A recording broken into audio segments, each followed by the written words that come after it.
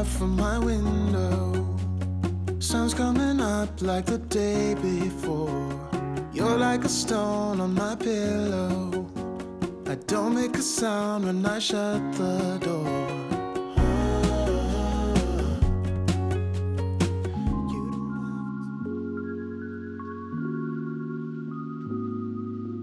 Hi everybody, welcome back to my channel. Welcome back to another speed build video. I'm Chermibear if you don't know already, and I hope this video finds you well.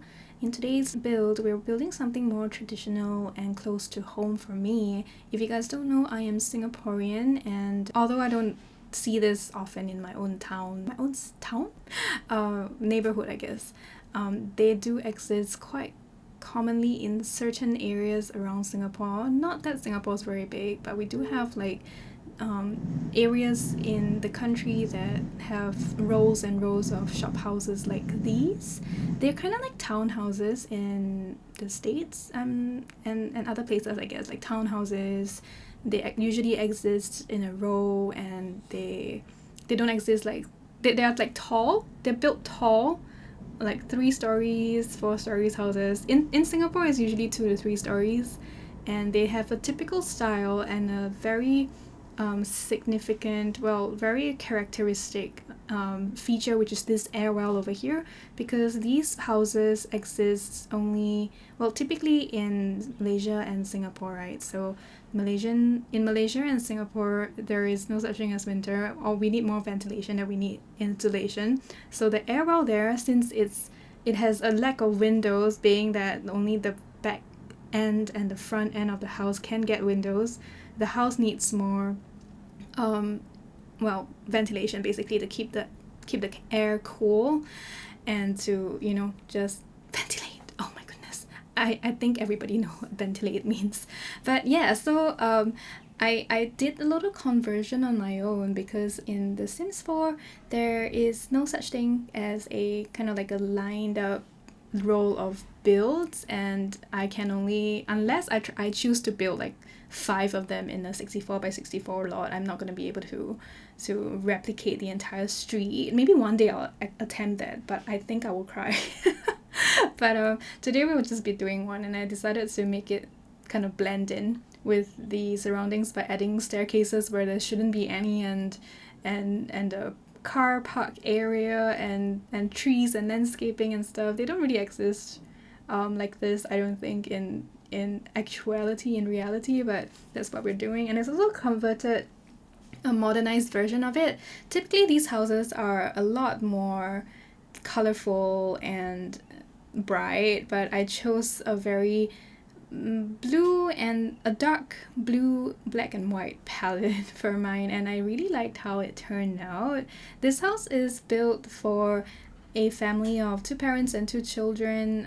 There's one parent's master bedroom on the 3rd floor, and there's a huge room, neon space, not really space themed, neon themed children's room. Is really big, enough for 2 kids, maybe 3 if you really want to push it, but 2 for me.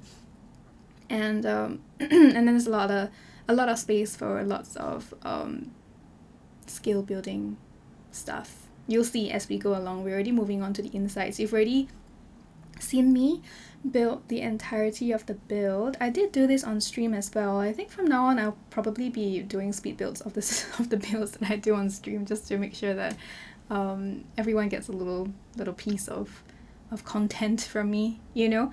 But yeah, so this is the airwell portion of the build.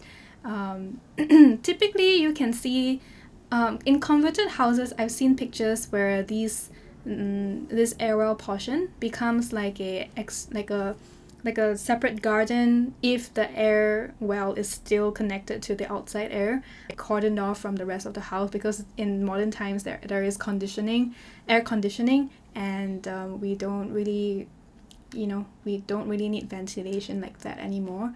But for me, I chose to block off the airwell from the top, so you saw that I inserted some of those skylights from island living onto the top to still let sun come down, but there's no airflow in that sense, and I kept it open on the ground floor, and I decided to convert it into like a little zen space with a meditation stool and a yoga mat. I wanted to have it be the dining area at first, but it didn't really work out.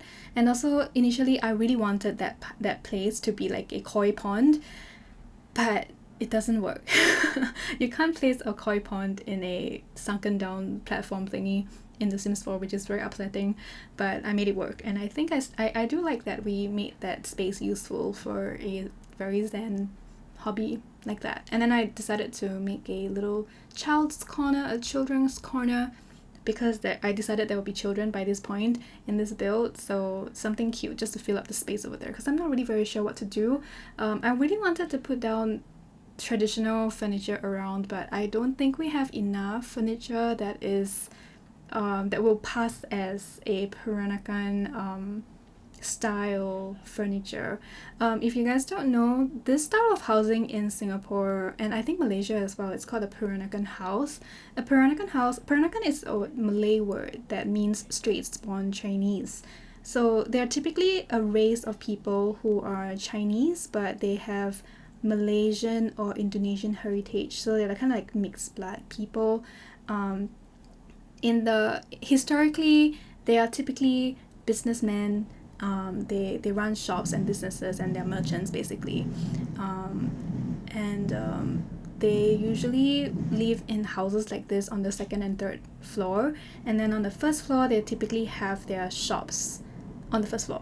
But there are also townhouse versions of that where they just occupy all 3 floors as their main house in a sense. So I think this is more like the townhouse version instead of the shop house version, but it is a very unique sight that you can see in Singapore and Malaysia as well. But the Singapore houses they're kept really bright even till today if you do go out and find them. I don't live near any of these housing situations, but I've seen them around before.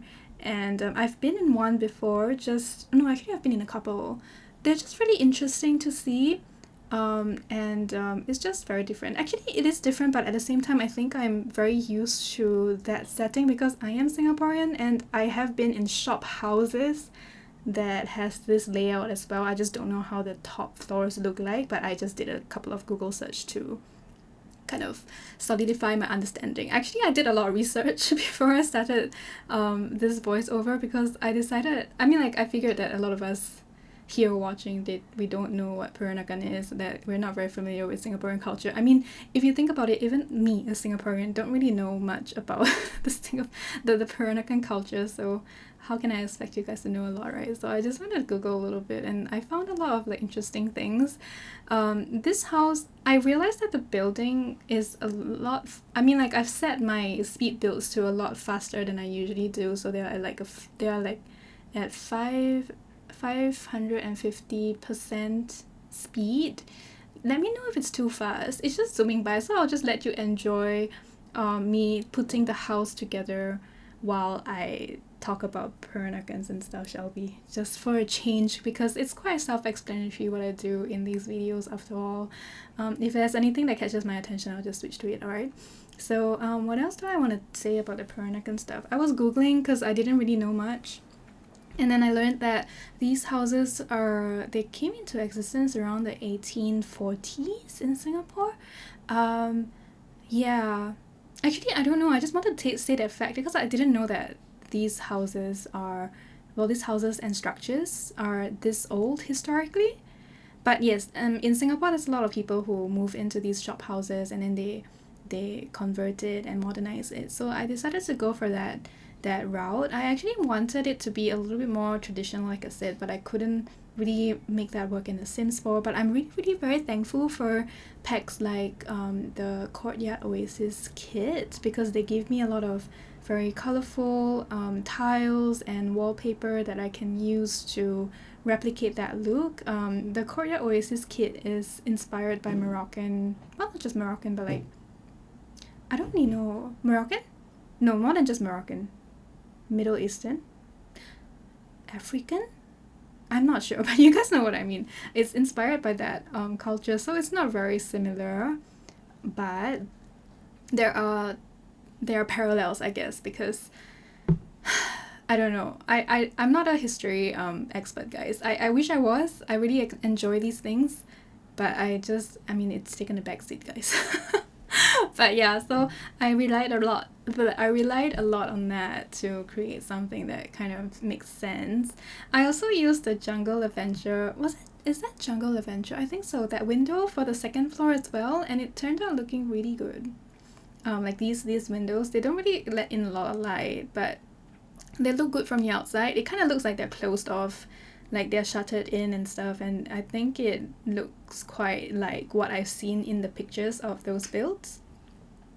And currently we're working on the children's bedroom. You've already seen me work through the first floor, which is the dining, kitchen, and bar area, the porches, and the study on the second floor, and the hall bath on the second floor as well. That's the only bathroom that the people on the first and second floor can share, actually. Because I decided there's not enough space on the first floor for any bathroom, so in this build anyways, so that's what we did. And this room might actually be my favorite room in the house because it's a children's bedroom, but it is black and it has pops of color all over and it looks really neon, and I really like that because I usually do very brightly colored children's bedroom, and this time around I tried something different, and I even used this Void Critter rug, which is so fun. I've never really gotten a chance to use it. It makes any space look so messy, even this one, but I decided that since everything is so black, it actually works out pretty well, and it kind of showcases some personality to the children as well. And I don't know if you guys can tell, but one side of the room is taken up by a teenager, and then the other side of the room is obviously more childlike and messy and just chaotic.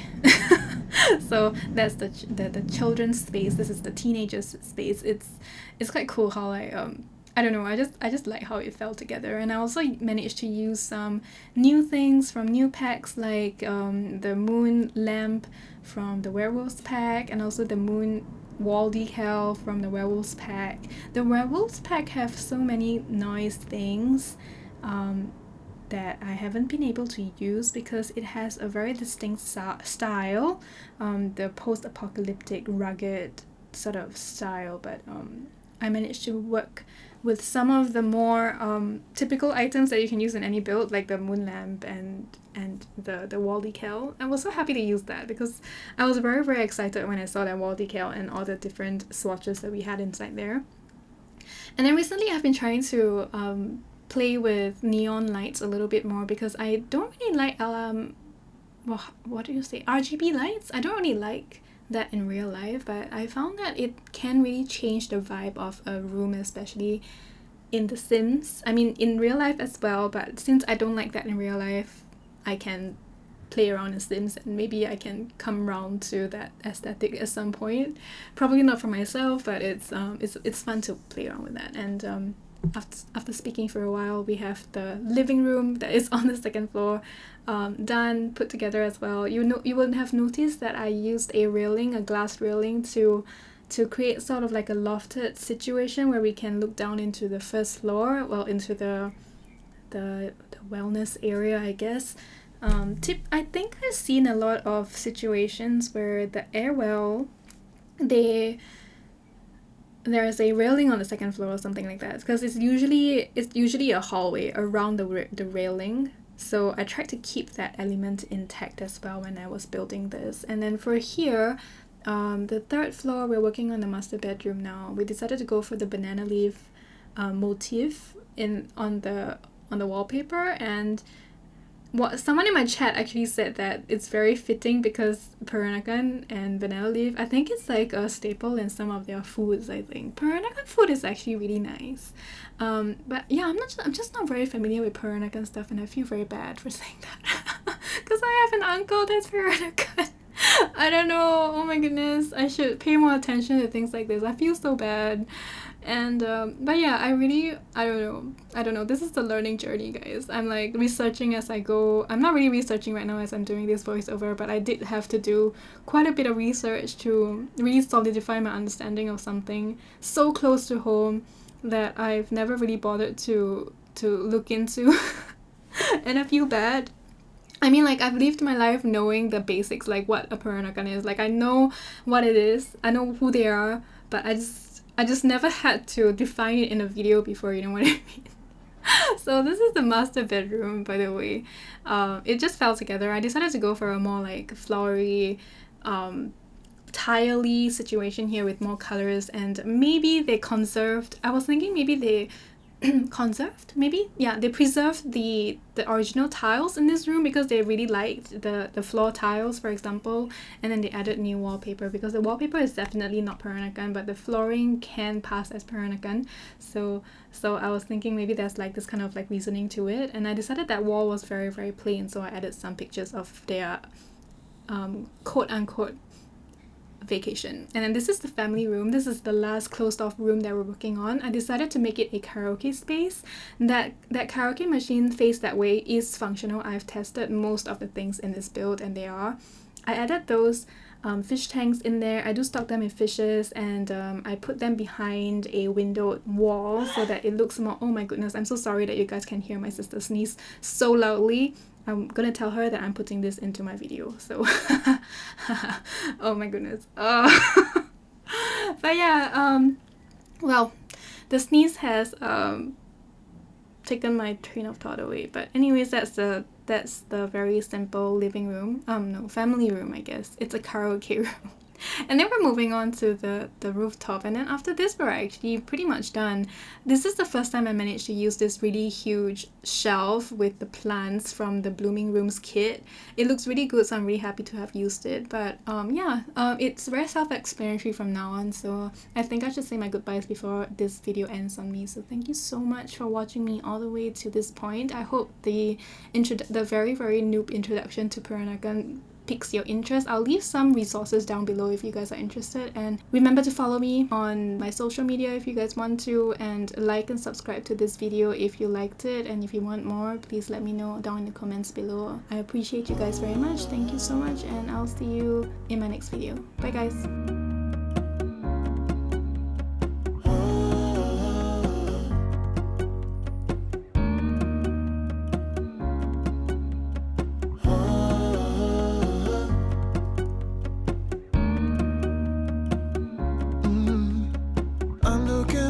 From my window, sun's coming up like the day before. You're like a stone on my pillow. I don't make a sound when I shut the door. You don't have to wake up yet. We can spend all day in bed. I'll put the TV in the room. We'll have a Netflix marathon. Kenny G saxophone. We'll order in a bunch of food. I'll put your favorite music on all the way baritone. Yeah. Shut the lights, go infrared.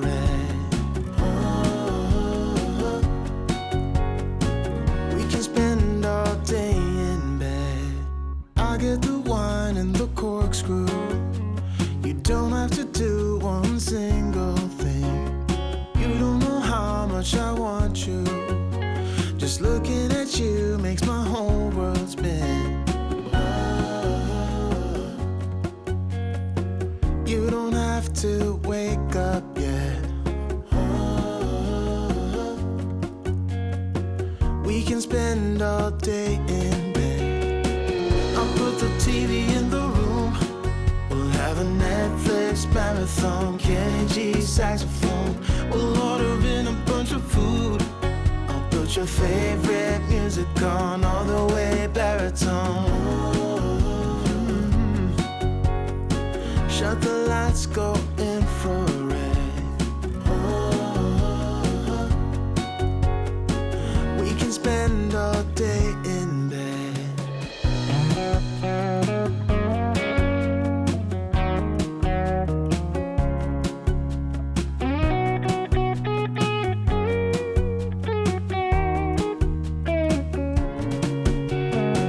I'll put the TV in the room. We'll have a Netflix marathon.